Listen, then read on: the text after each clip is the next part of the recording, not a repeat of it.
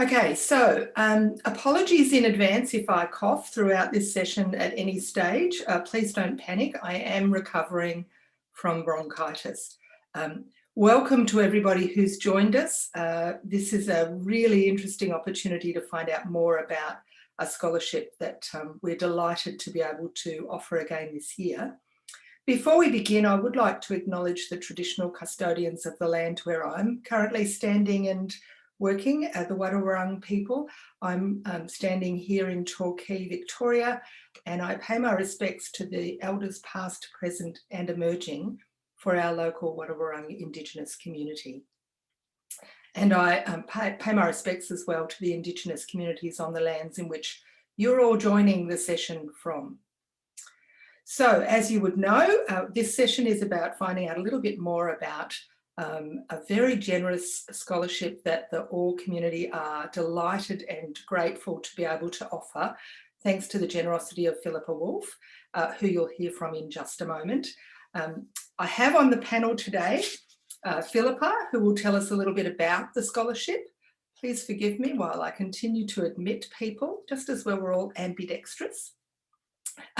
We also have Amanda Lamont, who's one of our committee members, and we have two recipients from last year who can answer questions about the scholarship and what it's like. So let me introduce everyone in a little bit more detail than that. So bear with me. Philippa has a very strong background in emergency management, and particularly with 26 years in the New South Wales Police Force. She has international experience, which we could just have a session with Philippa really, which is intriguing. Organisations such as Scotland Yard, the London Metropolitan Police, Essex Police and Bramshill Police College. I feel like I'm talking about the bill.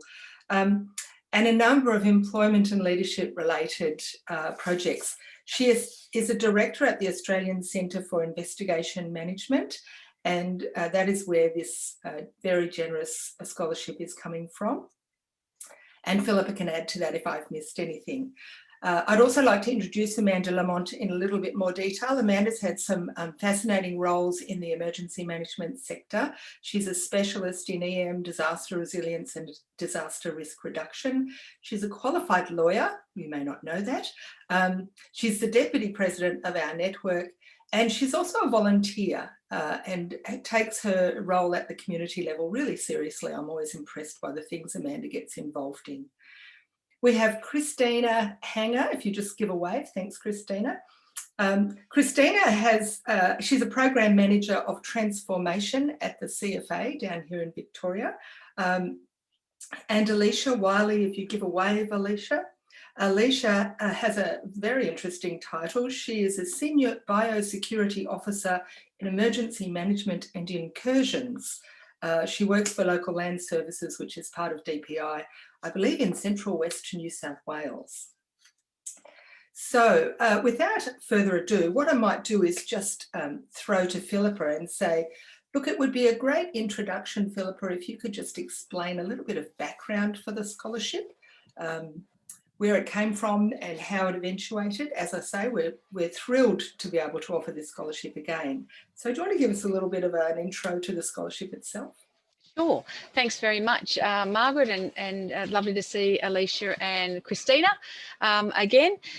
So basically, I had like a long career in the New South Wales Police, and I was doing a lot of operational roles and as well as management roles, and I worked with some fabulous women and men throughout that journey. So when I saw AWE get up and running, which was fantastic, and there was a lot of energy, and there still is a lot of energy, and there's some great people on this network, I just thought it was a way that our business could contribute to building confidence, I think, for women who are moving into that more senior level, because that's definitely where the Diploma of Public Safety EM is pitched. It's for people who have had operational roles and are now looking to manage others in fulfilling those roles, and it's a more sort of strategic look at emergency management, that whole agencies, all hazards, all agencies type approach. So it's about linking in communities, it's about understanding risk, for communities, emergency risk, and sort of a more strategic level than an operational level. And I think with more confidence and understanding of how that works, it just supports women better in the sector. And there's some cultural issues there which we know, and I think anything that builds confidence is where we were really aiming to make an impact. Indeed. And a number of our members we occasionally run surveys and so on, and they've given us feedback saying that one of the things they're after in the network is ways to open doors, to get jobs they might not have been able to get before, to expand their learning and understanding. So the scholarship fits in so well with those aims that we have in the network. And I think there's sessions on stakeholder engagement, but and also researching your framework, and which helps you identify some of those pathways that you're talking about, Margaret. You know, some of those people that are in key positions that can broaden your experience in terms of emergency management, because it's such a huge sector in itself now. Indeed. Yeah. Okay, so thank you for that, Philippa. Amanda, I might throw to you, and you might like to explain the wonderful environment that I'm imagining you sitting in. But I might throw to you and say, do you want to tell us a little bit about the selection process so that people understand what they're in for as the selection process unfolds? Yeah, sure. Thanks, Margaret, and hi, everybody. I am joining this discussion today from Melbourne Zoo. I'm working here in some work at the moment around building wildlife resilience in a disaster context. So something a little bit different from what I've done in the past, but I have the great fortune of spending some time here at the zoo. Melbourne Zoo Hills is a sanctuary in Werribee, surrounded by beautiful animals. It's the land of the Wurundjeri people of the Kulin Nation, so grateful for the custodians of the land to create this beautiful space for our lovely species, which we share this land with. So as everybody knows, they've read it and heard it 1,000 times, the reason we established the Australasian Women in Emergencies Network was because we saw a real opportunity, and this is our vision statement here, is to promote and celebrate the contributions of women in the emergency management and disaster resilience sector, broadly interpreted, to include women that have a role to play beyond the lights and sirens. There is a much bigger cohort of women who have a huge role to play in emergency context, and we wanted to recognise that. So when Philippa approached us a couple of years ago offering this scholarship, we were really so excited that we could actually bring to life that vision of promoting the contribution of women in the space through formal training and education program. So thank you again, Philippa. So thank you many times. Thank you for providing this scholarship to our members. And so in terms of the application process and what's required, hopefully you've all had a chance to look at the scholarship guidelines. There are two elements to the process and the guidelines. There is the actual course guidelines, which Philippa can tell you more about, and also our previous applicants and scholarship winners can tell you a bit about what's involved. But there's also the element of, from a OR perspective, what are we looking for in our members to promote them into the scholarship program? And if you've looked at those guidelines in the application form, there are a number of things we're looking for there. So firstly, it's only available to all members. One of the benefits of being a member of the OR network is access to the scholarship opportunity. The scholarship is open to paid and volunteer people that have a role to play in emergencies. We have specified there that women that are under 35 and from a regional, rural or remote location are encouraged particularly to apply. And that is recognising that we are promoting younger women in the sector, and also women that may have trouble accessing education opportunities because they're not located in a capital city. So it's not exclusively for younger women and for people in remote areas, but we certainly encourage them to apply, and we're particularly looking at supporting them. Unfortunately for our colleagues in New Zealand, it's only open to Australian residents. And the key part of the application process is we've asked people to describe in 250 words what they expect their career to look like in 10 years' time. So what we're looking for here is women who are demonstrating a commitment and passion for the sector, who see themselves as having a long-term career in emergency management and disaster resilience. So not somebody who is going to decide after a year or two that this is not for them. So we're really looking for applicants to demonstrate this is their space and place, also known as place, apparently. So this is the place they want to be in 10 years' time, they see themselves in a senior role in the space. Like it could be, you know, as a commissioner, as a director, as a CEO in any of the organisations involved. So we're looking for really strong, passionate, aspirational women to succeed and go through the program. So I'll leave it at that, Margaret, and I'll answer questions if we need to. Yeah, no worries. Thank you, Amanda. So I'm sure you're all paying great attention. I assume you've come because you're interested in considering applying for the scholarship. So if you have specific questions, feel free to start populating the chat. But otherwise, what I'd like to do is introduce you to each of last year's recipients and get them to talk a little bit about their experience of the scholarship. And then as the questions start to come in, we'll throw to the floor and have a bit more of an open conversation. Feel free, if you'd like to share your camera view at any time. One of the great things about being part of your network is that we do get to see each other and recognise each other at future events. I have every confidence that we're all going to turn up at face-to-face events eventually, and it's just nice to go, oh, you look familiar, are you from OR? So feel free to use your cameras if your bandwidth allows. Otherwise, in no particular order, I might throw to you, Christina, first. I'm going to ask both Christina and Alicia to talk a little bit about where they're from and who they are, and particularly relate that to why they actually applied for this scholarship last year, what they were hoping for. So maybe Christina, you first. Excellent. Well, thank you very much. Thank you, Margaret, for the opportunity to present. It is really humbling to have been one of the recipients of last year's scholarship.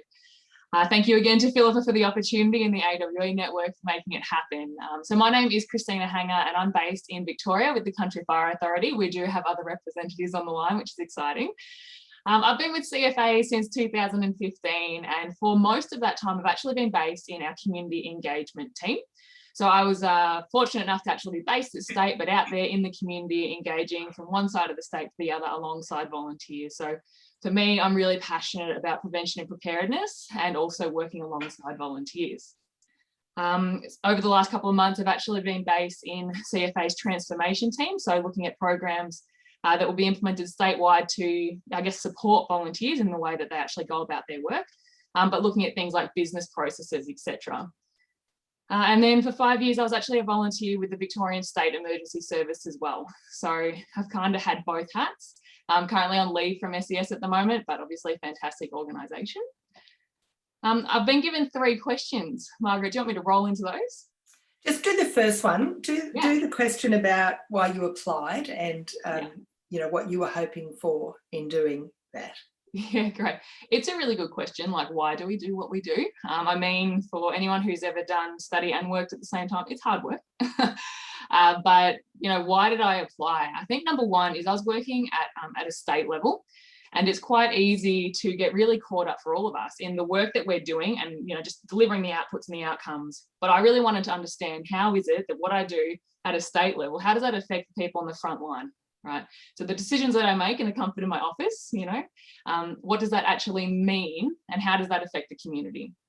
On top of that, I guess wearing that volunteer hat, I wanted to understand, how does what I do as a volunteer actually connect with other community agencies and local government?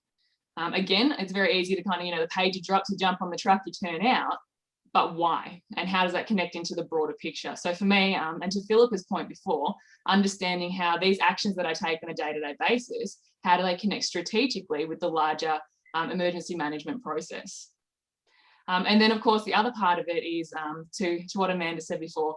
I'm really passionate about disaster management, the emergency services, and I'm really committed to this. So working within this industry, I see that this particular diploma is incredibly relevant for, I guess, that career progression, but also when you turn up to committee meetings, to your work meetings, etc., having that subject matter knowledge in the back of your brain does give you a different lens to be able to apply to the decisions and conversations. So that's what I was hoping to get out of it. And yeah, hence why I applied. Yeah, great. Thank you, Christina.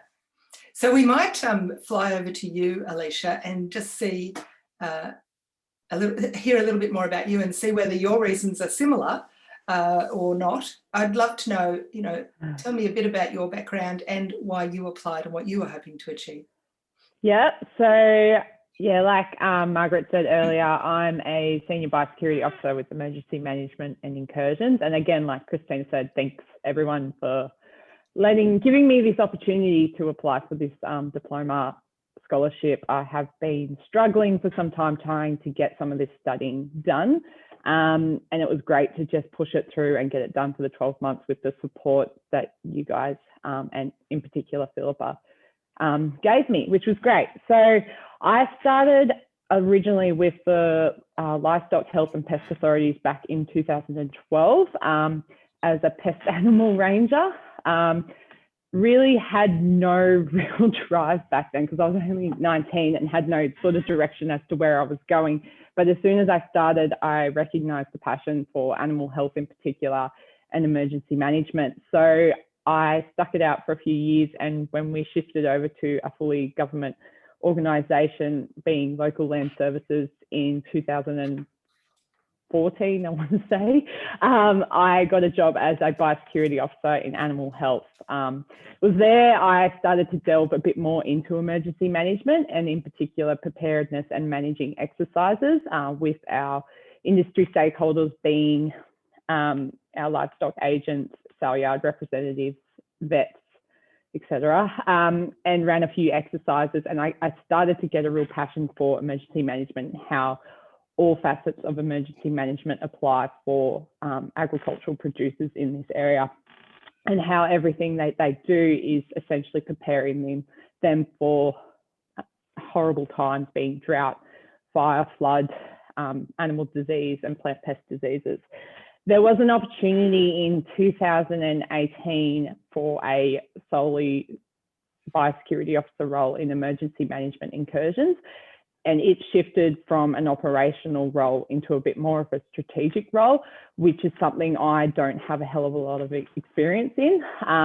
It's mainly been operational and field-based roles that I had the experience in, being responding at avian influenza outbreaks, fire, animal welfare responses and floods. So the reason why I applied for this diploma is I guess to get more skills in that strategic area, and in particular planning, and how we can relate all aspects of emergency management, being preparedness, prevention, response and recovery, to get a better resilience in our landholders and our staff in particular as well. So that's the reason why I applied, and what I got out of it was essentially that, and how we better build on those strengths and those relationships with our landholders and stakeholders to build a resilience with them. Out of the diploma, I actually got a real interest in recovery in particular, and how we do that better, because that is something we let fall to the wayside a bit.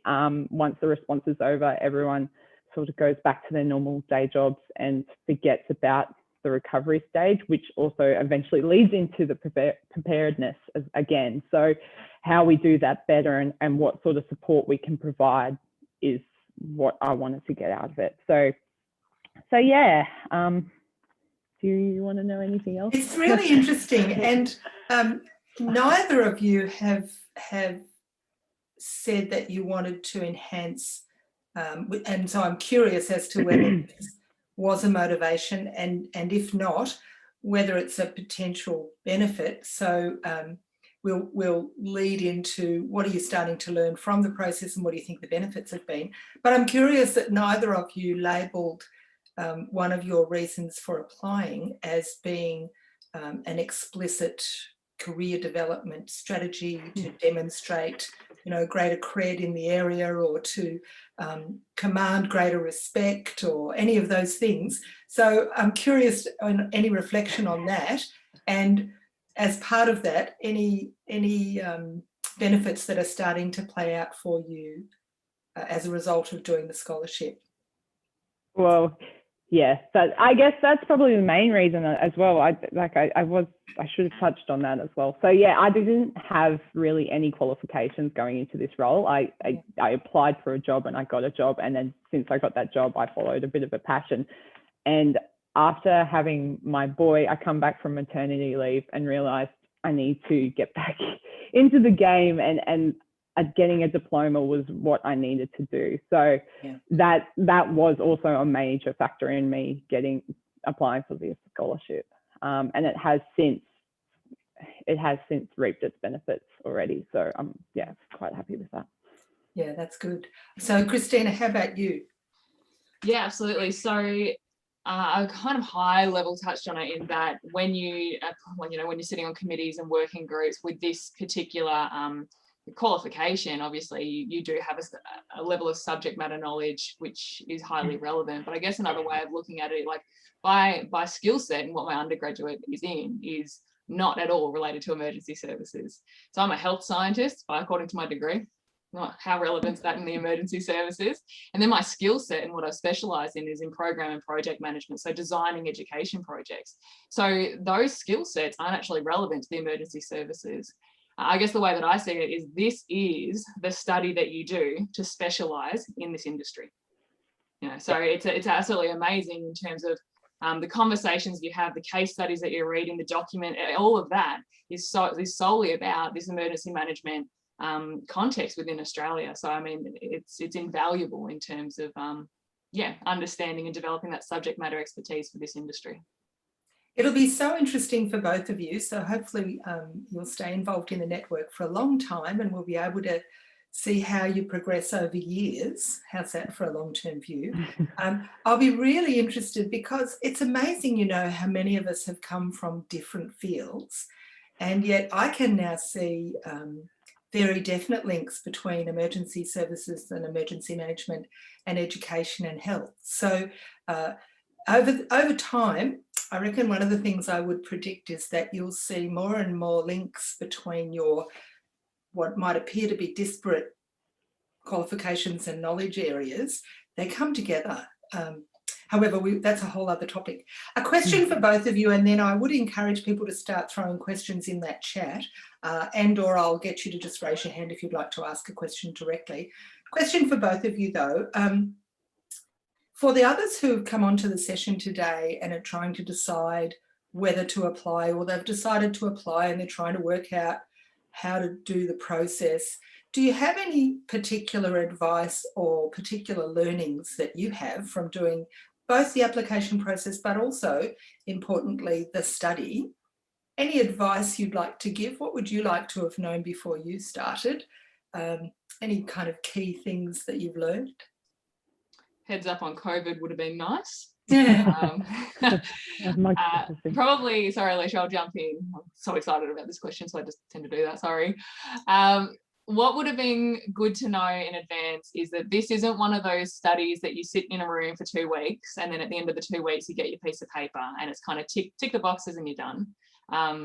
This study requires you to have conversations, to get to know your organisation better. So for example, especially for those who aren't based in New South Wales, a lot of the content is around the New South Wales and the New South Wales framework. So you can't just sit there and, I guess, take in the content and while you kind of kick back and relax. No, you actually have to, you have to do your own research. You have to have conversations with people at a regional, at your state level. So I guess making sure that you've got the time and that you're aware of that going into it, that to get the most out of this study, you will actually have to put a fair bit of work in. But I mean, that's where the learning is, and that's why it's really valuable. You're not going to kind of be spoon-fed it. But on the other side of that, Philippa is an amazing resource. I mean, not only does she have all of this experience up to date, and then it's not like she's stopped her involvement with the industry. Like every time you talk to Philippa, she started a new program with a new organisation, leading something new and amazing. So I mean, it's actually incredible. Her knowledge is so current on the industry. I'm always up for a chat. So I mean, that's an amazing resource, which for most of us, we probably don't have access to. So be prepared to kind of put the work in to contextualize the learnings, but also be aware that you're going to be supported. For myself with COVID, you know, my ability to sort of keep up with the pace of the study. At times I've needed to take, you know, a couple of extra weeks to submit assignments, etc. And that flexibility and understanding is definitely there. So really, really centered around those adult learning principles, really understanding you're supported, but it is a bit of work. So just to be aware of that. Yeah. Thanks, Christina. How about you, Alicia? Any particular learnings or bits of advice? Yeah, no, that's pretty much exactly what you should be aware of is it is not a tick and flick. You got to put in the work and the effort to read through the material and the content that Philippa gives you, but also use those networks that you already have. You just tap into. It's amazing the amount of knowledge that you have around you that you may not be aware of. So use those networks and those community groups in particular, LEMC groups and Philippa, and you will get far with it. It is quite useful. I've got a question for you both. How important is it that the organisations you work for are supportive of the study, or have you managed to keep them quite separate, the study and your normal workload? It was actually really quite useful because what I had going on, I don't know if it was chance or if it was very strategically planned, but every assessment that Philippa gave me actually aligned with some sort of piece of my work I was working on at that time. In particular, a lot of the networking assessments that were given to me, engaging stakeholders and assessing risk, aligned perfectly with a lot of the LEMC, so the local emergency management committees and the work that we have going on. I'm tapped into quite a lot of those committees within my region, and we're trying to build on those relationships a lot more after the bushfires in particular, and it was really useful. So it was quite handy that a lot of the stuff that Philippa gave me aligned pretty well with the work I was doing at the time. So it was good. But that's a bonus. Yeah, but managing that with family and other workloads, we had a few other incidents go on as well as COVID. Philippa was also very understanding of the fact that I may not have gotten my assessments in as quickly as I should have, and supported me to get them done and get them done timely. So it was great. For me, in terms of study and work, I did I'd have the conversations with people in my organisation to, you know, learn more about a topic. However, as I mentioned, kind of based at a state level, and a lot of it is about that local emergency management planning. So, you know, reaching out to those contacts, they're the ones who I probably had the conversations with. What my employers at the state level noticed, though, is all of a sudden I was bringing these new questions and new perspectives to the table. So, you know, we're designing a new engagement plan for how we're going to connect with the community. And my question is, well, how does that connect with our municipal emergency management plan? So, you know, all of a sudden you're going from like this state level conversation to what does this mean for our brigade captains who sit on these local government committees? So a completely different paradigm and really challenging, I guess, at that state level. So they've definitely noticed that as I keep kind of badgering with new questions. And I think that's a good thing for the sector. Yeah. Look, I've noticed we've got a question from Nikki, and I'm interested, Philippa, to ask you to do a couple of things for us. Nikki's question is about whether the successful scholarship recipient can then, under their own cost or their organisation or whatever, can then do the additional work to complete the advanced diploma. Is it possible for a recipient of this scholarship to just then progress and do the advanced diploma? Absolutely. There's a brand new advanced diploma. We got it on scope only last week. So 5, and the prerequisite is 5 units from the diploma to get in. So you've already got 5 units towards the diploma, towards the advanced diploma. And the way we structure the training program, Alicia's already done units in her diploma around recovery that are equivalent to the advanced diploma. So we do that deliberately, but we also do that because that's a big part of her work and understanding the link. So we tailor the plan to your work, and then we structure it around. So when Alicia's talking about the LEMC and the plan and them reviewing it, we do the assessments in the sort of the order that you're doing some of the work. So, you know, if you're doing an exercise in June, well, let's push that unit back to then. And mix it around, so you get a tailored learning plan, and it's nationally accredited, so there'll be some concepts that are new to you, but we try and tailor as much as we can to that work context, so all of your activities are largely based around your own circumstances. So the risk management plan that you'll prepare is for your community. You know what I mean? So it's something that's useful in an agency, but yes, you can certainly progress up. Which had me thinking, Philippa, also about your earlier suggestion. Is it useful, without going into too much detail, is it useful to just give a bit of an outline of what people can expect from the diploma? Sure. In terms of load, but also in terms of topics or units? Yeah, so there's 10 units in the diploma, and some people who've been in the sector may already hold some of those units. So of course you can get a credit for those units. You don't have to do them again or anything like that. So if you've got units you already hold, that's fine. So the core units are around exercises, writing exercises. They're around the legal framework of working in an emergency management context. So the governance arrangements around that. There's a liaising with organisations, so very much your stakeholder group. Who are they? How often do we engage with them? Because remember, it's pitched at a management level. So you're the one that's doing this work. So you need to think of it as a manager. So when you do the diploma, I'm assuming that you're aspiring to be a manager, and you need to understand what the role of that person is in your context, whatever that agency might look like. As well. And then there's a range of other units that you can do from the electives, and some of those are around recovery.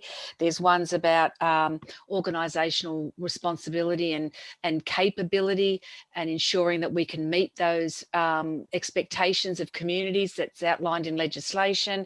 There's also an incident management unit in the new package. So they really cross over the whole PPRR framework, and often I find, you know, particularly in my own experience, we were very much in the response phase, a little bit about preparedness for some events, but we were very much in that space, so we didn't really know much about the others. So this program is designed to broaden your understanding across the 4 phases by doing activities. It's very activity based, so you'll be doing that as part of your assessments, but you also get a tutorial, just like this. So we talk through some of the issues, some of the readings, some of the questions, but there are readings, and some of them are longer than others, but as the girl said, you know, there's plenty of time to do it.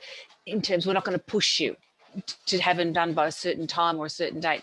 If it gets in the way, it gets in the way, and we try and support that. That help? Yeah, that helps. So I'm very interested to know if anyone has additional questions that they'd like to ask anyone on the panel. So feel free to just pop your camera on and wave and ask, or pop it in the chat.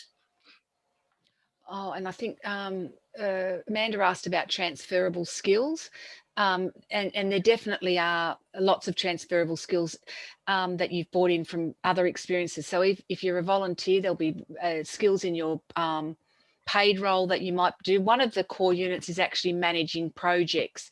So doesn't have to be an EM related project. It could be something else, but it's about you know, the principles of project management that's in this particular unit. So there's lots of scope. And I remember someone telling me when I left the police, and I said I was going to start my own business. People said, you know, what on earth would you have a business about? You know, you've locked people up. You know, so I think there is a perception that we don't have transferable skills, but we certainly do. And I think women have a lot to contribute in this sector particularly. So it'd be good to see more move into those spaces. Yeah, absolutely. I'm keen to see more women. I think everyone in the network is keen to see more women at all levels, in all kinds of segments of the work that we do. It is quite diverse, and the more women we can get visible and leading, the better. Anyway. Sorry, Margaret, I was just, while we're waiting for questions, going to add to what Philippa just said. In terms of a transferable skill, most of us probably don't bounce, maybe except for Amanda, bounce out of bed on a Saturday morning to read legislative frameworks. Obviously, the legal reference there for Amanda. Like, I mean, that's not something that a lot of us probably do in a day-to-day, but I mean, with the support of Philippa, and obviously you're being guided by these courseworks, that's a really transferable skill that comes out of this, is how do you interpret strategic documentation, legal frameworks, statutory frameworks. So regardless, I mean, if you're working in government or even in private corporations, or at a volunteer level, if you're a unit controller or brigade manager type thing, brigade captain, not manager, understanding your roles, responsibilities and how it all aligns, I think that's invaluable regardless of which agency or organisation you're with. Absolutely. If I can make a bit of a plug for another benefit of belonging to the OR network, it occurred to us as the panel talked about preparing for this seminar, that our mentoring program might also be of great value to anyone who's thinking of applying for this scholarship.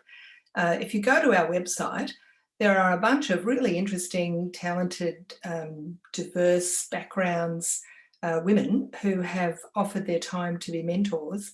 And it may well be that you would find having a mentor an ideal vehicle, really, to talk through some of the questions you have during the process, or some of your topic areas or your projects.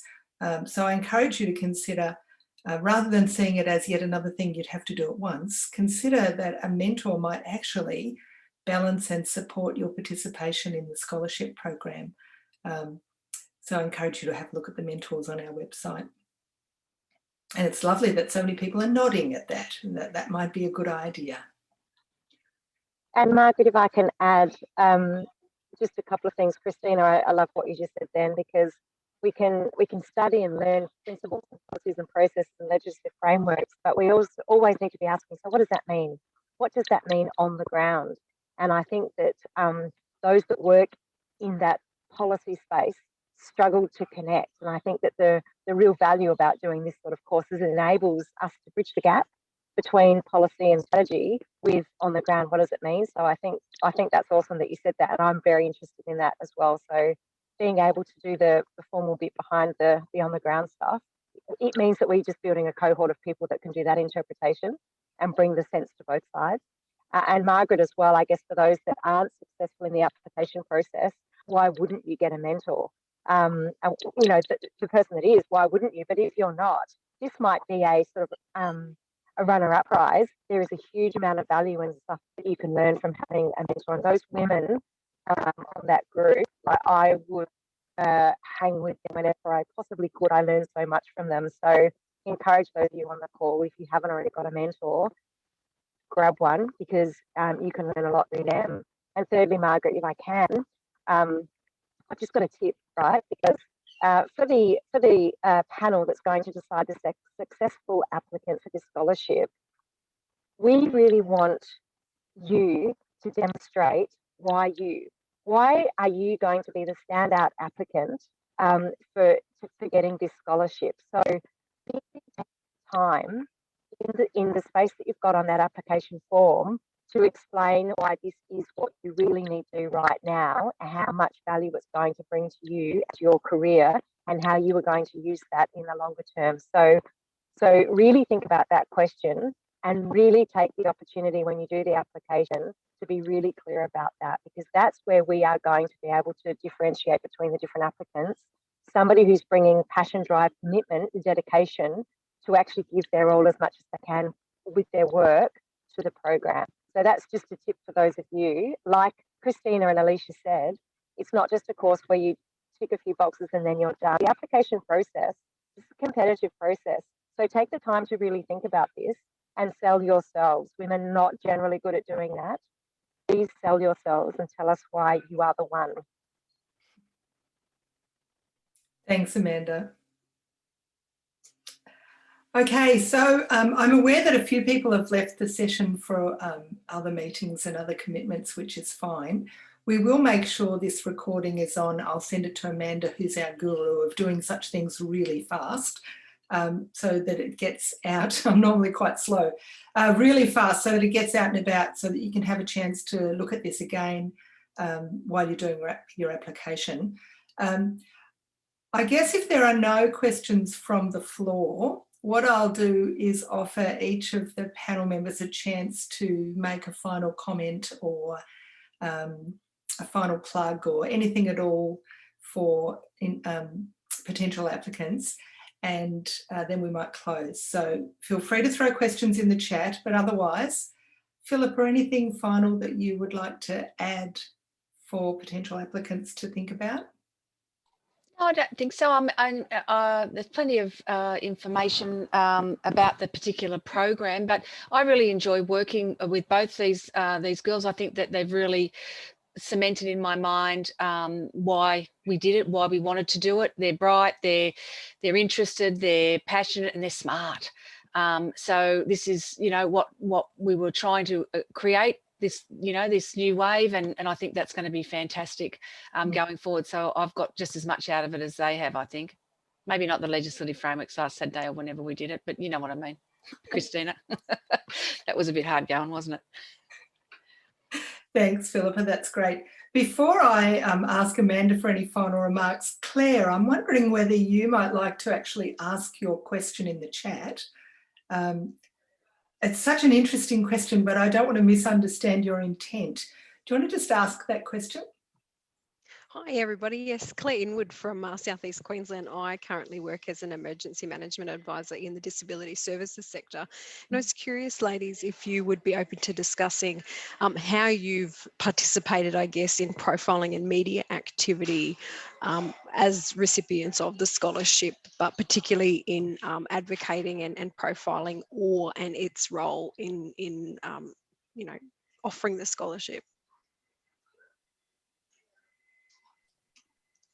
Yeah, so I mean, OR reaches out to us and asks us for updates, and I mean, they get embedded in the newsletters. But I guess external to that, I myself, as a part of my role, do a fair bit of work in, I guess, media and a lot of presenting. And, this, the network itself is something that I do mention.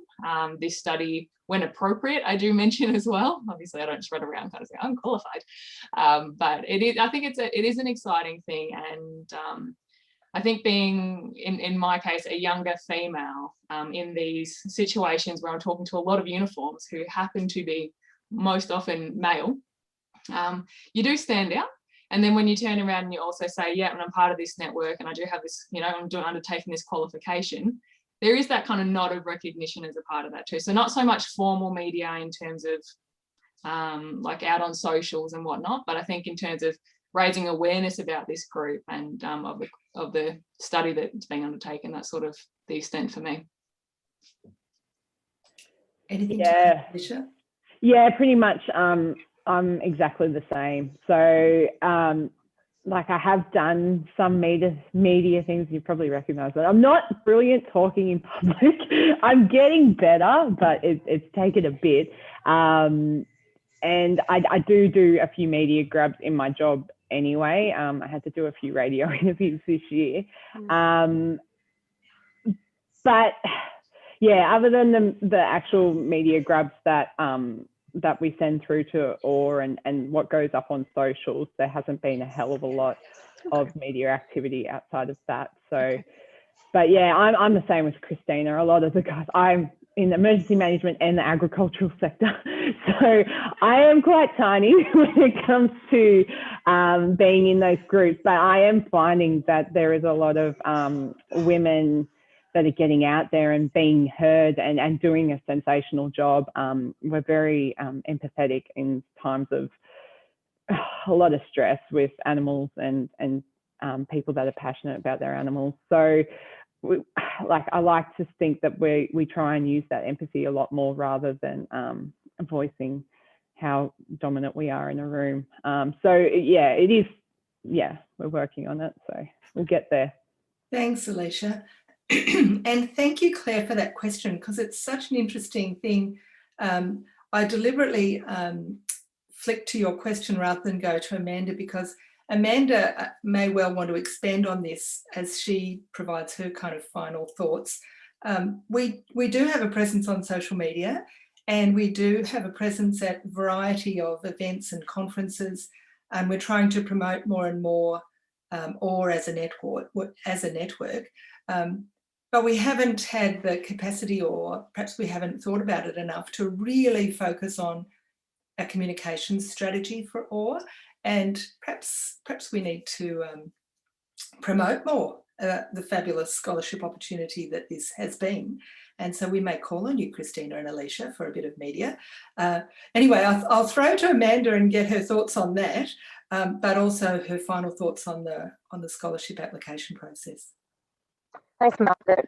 I put in the chat just a question actually back. Are you suggesting that we're not doing enough? So perhaps we're not. And let's work these women harder and get their faces up, because I've been so incredibly impressed with the way that you've articulated your about your careers and your experiences today. I don't know how you went into the program, but if doing this study has turned you out to be the women that you are presenting today. I'm impressed, and where can I sign up, Philippa? Because I want to be just like you two when I grow up. So we should be promoting and recognising you both, and because I just really love the fact that you're doing such different sort of work, and again, it's not the traditional lights and sirens stuff that we talk about, and I love the fact, and we should be promoting that, because we are a network of women that come from diverse backgrounds. So Claire, yeah, we need to do better. So let's think about that. Look out, Christina and Alicia. And my final word with respect to the scholarship is what a huge opportunity that we've been gifted with by Philippa. Thank you. It sounds terrible. What a shame there's only one, because I suspect we have lots of golden nuggets throughout our network with the women that come on board with us. We have over 1,300 members. I would love to provide opportunities like this to each and every one of our members, no matter what age they are. But good luck to all of you who are applying. Get some help in filling the application if you feel like you need it. Ask somebody to read over it and have a look. Somebody in your office, or your mentor, or your coach, or your professional support person.